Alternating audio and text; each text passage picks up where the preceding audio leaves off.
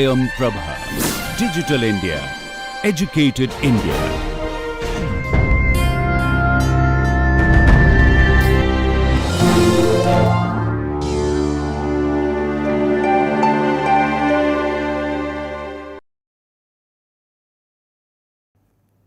Welcome back.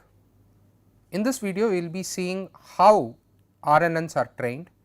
You will see that there are several commonalities between RNNs and let us say CNNs and even ANNs as far as training them is concerned. Of course, as usual you should have a training set, a validation set and a testing set, but that apart, given the particular structure of the RNNs, there are a few subtle things that you need to be aware of in terms of training. So, we will just go through those in this video. There are several even deeper ideas that need to be conveyed that we will not do. Okay. So, in terms of implementation, luckily all the training has been abstracted into the various packages, whether it is MATLAB or whether it is TensorFlow or whether it is PyTorch, etc. But there are a few ideas that will help you later on when you try to train RNNs yourself. So, the two issues that we will be concerned with in this video is first calculating loss in an RNN. There is a mild difference between what happens in an RNN and what happens in a CNN or let us say an ANN. The second issue is what is called backpropagation through time, sometimes simply called BPTT. So, we will be looking at this from a overall view. I will not be doing too deep of mathematics, just a little bit of mathematics we will be doing this, and hopefully this will give you some insight into what actually goes into the code when it tries and trains RNNs. Okay. So, first let us look at the loss function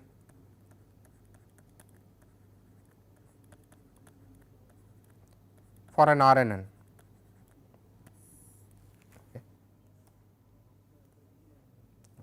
So, let us see a simple structure.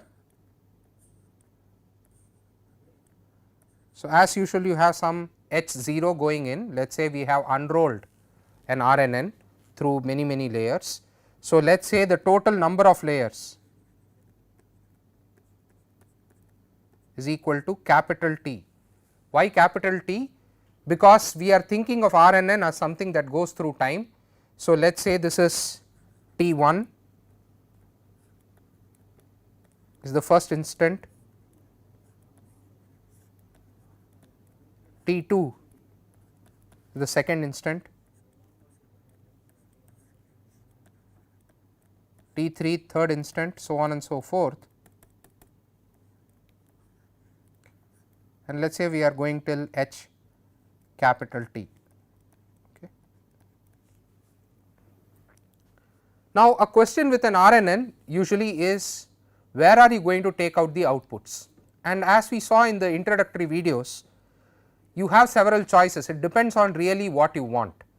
In some cases you will be taking out an output only here, but there are several possibilities where or several cases where you might be interested in, let us say, finding out outputs at all intermediate layers also. So, just for consistency I will call it y hat, because that is what we have been calling our model or predicted values so far. Okay. Now, when you have multiple predicted values, so let us take the example of let us say having 10 days before is the weather of H 0 or temperature of H 0 in some city, let us say Chennai. Okay. So, suppose you have that input, you would have the next day's temperature, let us say that is y 1 hat, the next day's temperature y 2 hat, next day's temperature y 3 hat till let us say today's temperature, which is y t hat. Now, for each one of them you also have a corresponding ground truth, which would be y 1, y 2, y 3, y t.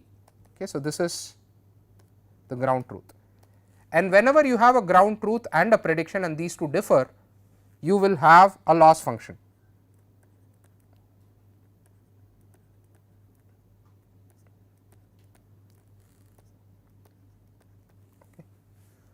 So, not only do you have losses right at the end like we do at let us say with ANNs or CNNs or at least usual architectures of them, you can have possibly, I mean this is not necessary as I had discussed earlier, it could be optional, but suppose you do take out an output, you do have a corresponding loss function.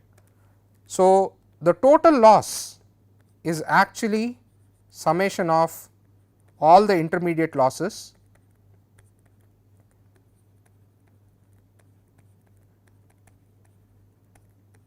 through the layers.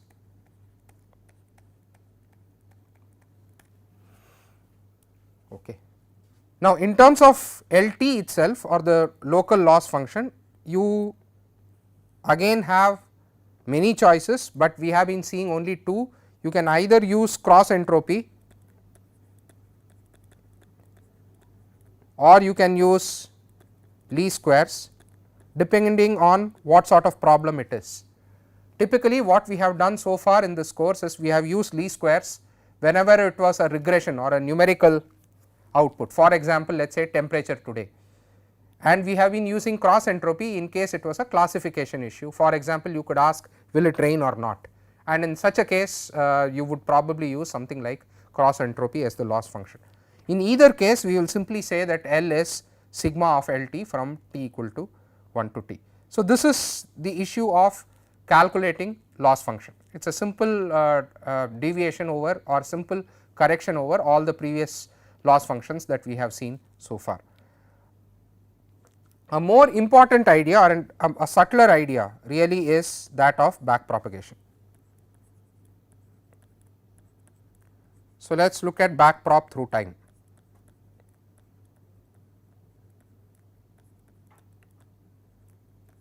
We will call it BPTT okay, for short. Now, let us see what the subtle issues involved here are. Okay. So, as usual we will assume this, there is H 1, we start with an H 0, the input here is x 1,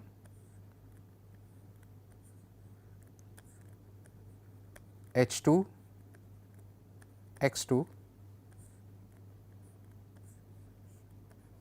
H 3, x 3, so on and so forth up until H t, x t. And for now we will assume that we are taking out an output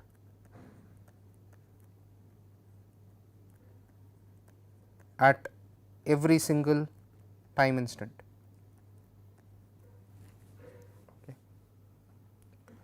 Okay.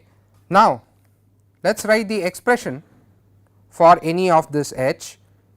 We had H t is some g, usually tan h, of some weight matrix multiplying H t minus 1, which we called W h h, plus some weight matrix multiplying x t, which we called W x h, and we also had y t hat was some nonlinearity. Remember, I will call this let us say g star.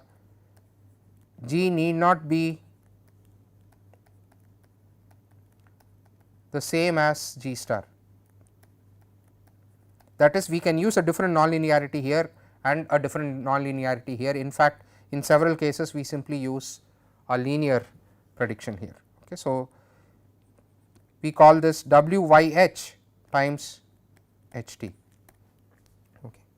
So, these are the three sets of matrices. Now, for this video and for the few that follow, just for simplicity, we will use a different notation. We will call this matrix W, we will call this matrix U, and we will call this matrix V. So, that I am going to write H t is G of W h t minus 1 plus U x t, y t hat is some G star of V h t. Okay. Now, the most important thing about an RNN is W, U and V do not change with time. That is another way of saying it is across layers. Okay. So, this is what it actually makes us it possible to train RNNs at least within a reasonable amount of time. So, just to clarify, I have this H1 which was this multiplied by W and this multiplied by U, and this H1 multiplied by V with a nonlinearity of course in all cases gave me a y1 hat. Now, the W here, U here and V here are exactly the same, okay, and you will see how that plays out in when we do back propagation. Okay. So, unlike an ANN where at each layer these W's, U's and V's actually change, in an RNN they are exactly the same. So, we use the same W, U, V for each layer. Okay. Now, how does it helps us? Of course, because now we have fewer parameters to train, but while doing back propagation we have to be a little bit careful. Okay. So, let us take a specific case. So, remember I want to find out for back prop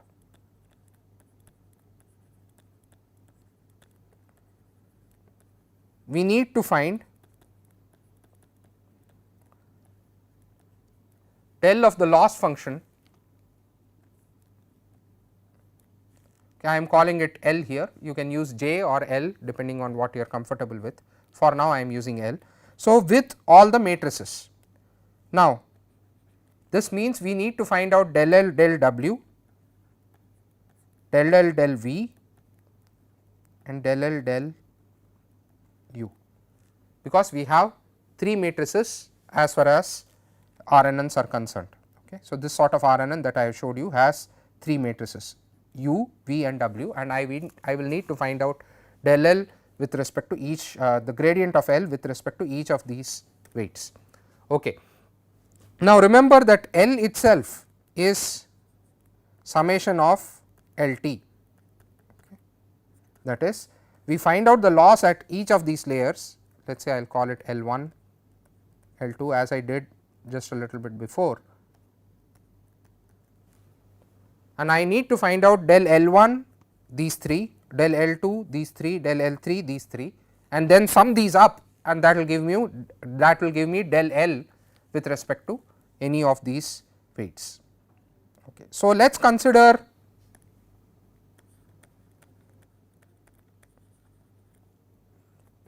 just some one of these. So, let us consider del L3 del W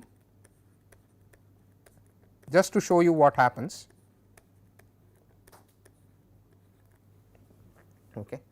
So, we will consider just one of these local losses and see how we can apply back propagation while using this. Okay. Okay. I will draw a small figure here just to repeat what we had before for clarity. H1 H0 x1 y1 hat H2 x2 y2 hat H3 x3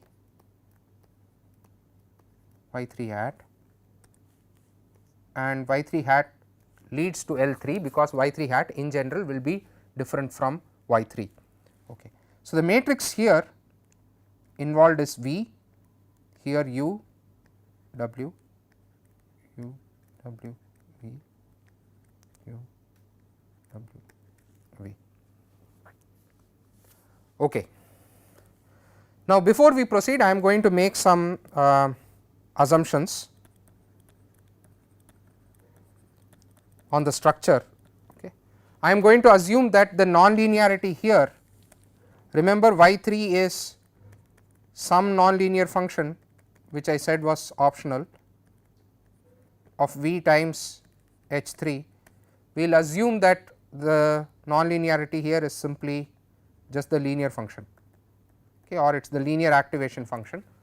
That is just to make some of our derivations a little bit simpler. You can do it for any case. So, I will assume that y 3 is v times h 3 and in general y t is v times h t, though that is not going to matter as far as this video is concerned.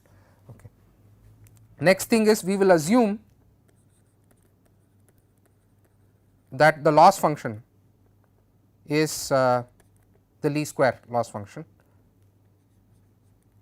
So, let me make it simpler. So, I will call it,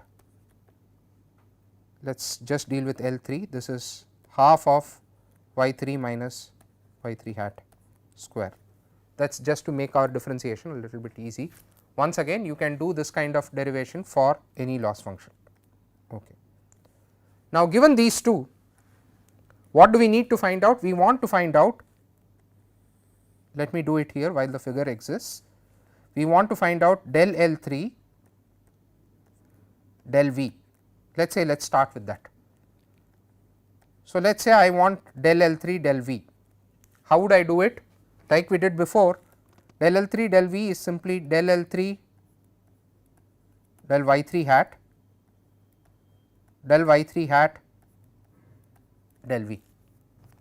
Okay. Now, del L 3 del y 3 hat, you can see here, is simply minus y 3 minus y 3 hat. Okay.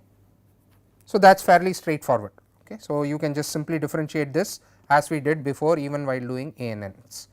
Okay. Now, what about del y 3 hat? I should really call it y 3 hat here. Del y 3 hat del V is now H 3. Okay. There is a small catch here, I will mention that here now.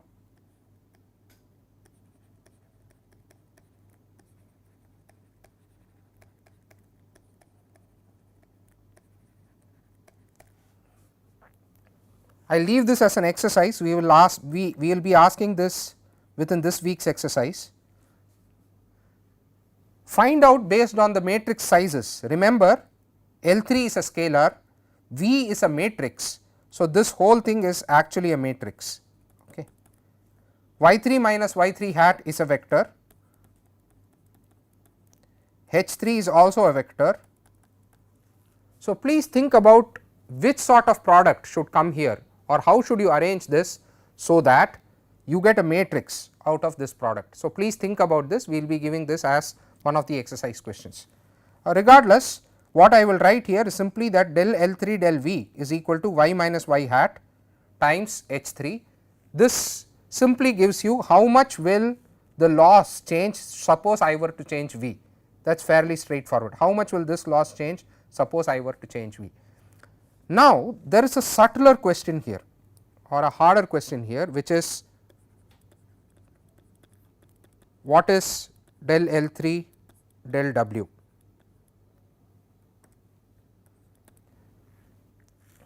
Why is this a harder question? So, let us first start doing a similar exercise to the one that we have just done.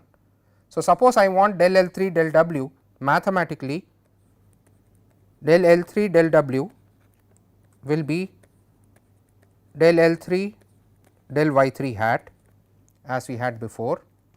You differentiate this with respect to this, multiplied by del y 3 hat del H 3, because y 3 hat depends directly on H 3, multiplied by del H 3 del W. Okay. I hope this is clear. We just saw that del L 3 del y 3 hat is simply minus y 3 minus y 3 hat. That should be straightforward. Similarly, if you come down here, what is del y 3 hat del H 3? Okay, please notice this. This is simply V. Now, what about del H 3 del W? del H 3 del W, for that we need to know what the expression for H 3 is. H 3 recall was g of some nonlinearity, usually tan h, of, let us see this here, H 3 is W times H 2 plus U times x 3, just to recall you can see this. Okay. We want del H 3 del W. So, for simplification let us call this Z 3. Okay. So, this is therefore g of Z 3, very similar to what we had for ANNs. H is g times g of Z, or activation is g of Z, it is very similar. So, if you have that, then this becomes g prime Z 3, that is del H 3 del Z multiplied by del Z 3 del W. Okay.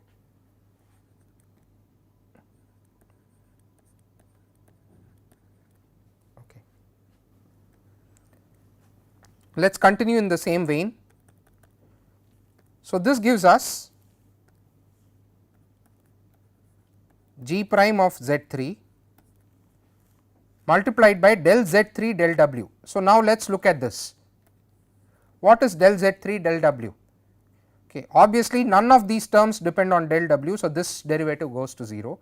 You have this derivative, this should give us H 2, which is straightforward, plus there is one more term which is W times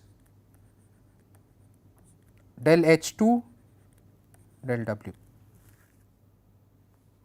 Now, why does this term exist? Okay. Is this 0 or is this non-zero?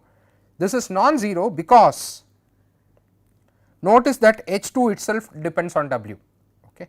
Just like H 3 depended on W, H 2 also depended on W, depends on W, because it is the same W throughout. This is the catch with back propagation through time. Unlike ANNs, where you would have a W 1 here and a W 2 there, in the RNN it is the same W everywhere.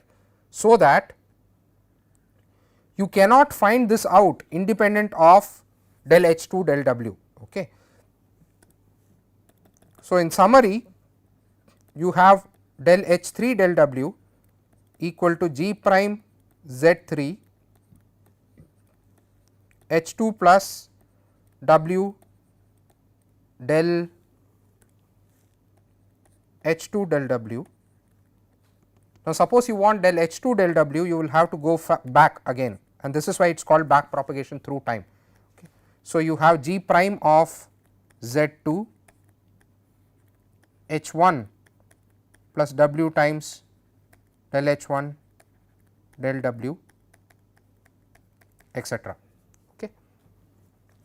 So, whenever you want to find out del L 3 with respect to del W, or gradient of L 3 with respect to W, you will first come down here. Okay. You have these two terms sitting there, but this is actually a more complex term. It is g prime Z 3 times H 2 plus W times del H 2 del W, and in order to calculate del H 2 del W, you will have to go back, okay, and so on and so forth.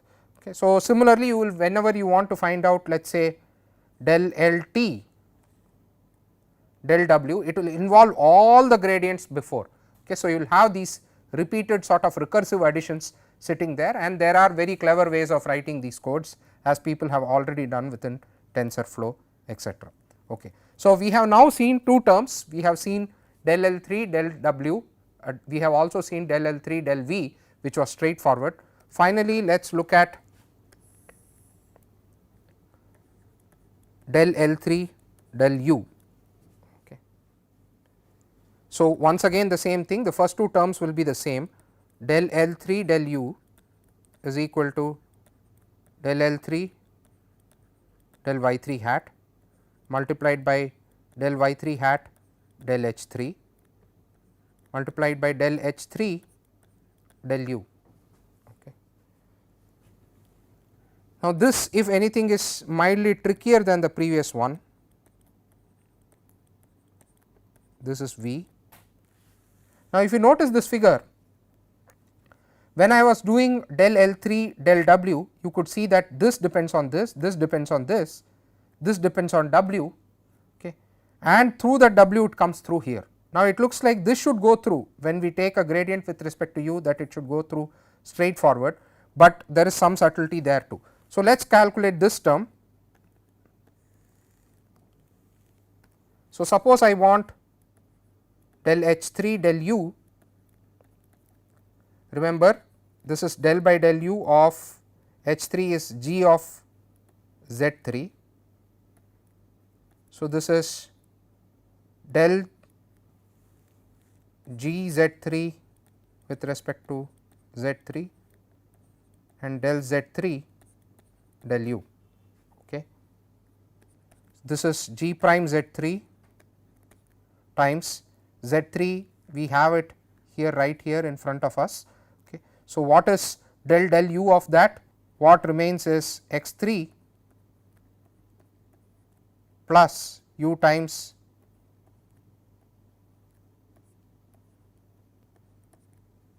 you have del u of this term here w times H2. Okay. Now, it might seem like this term is of course 0 because H3 x3 does not depend on u at all. Now, what about this term? This term is, like I said, a little bit subtle. Okay. So, if I look at the term del of WH2 with respect to del u, this can be written as W del H2 del u plus this term is 0, but this term is not 0 because this is W times g of Z2 del g of Z2 del u, which in turn is W times g prime Z2 times del Z2 del u, and this is not 0. Why is that? Because Z2 is equal to W times H1 plus u times x2 and it depends on u. Okay. So, this is very similar to what we did with this there is a recursion there. Okay.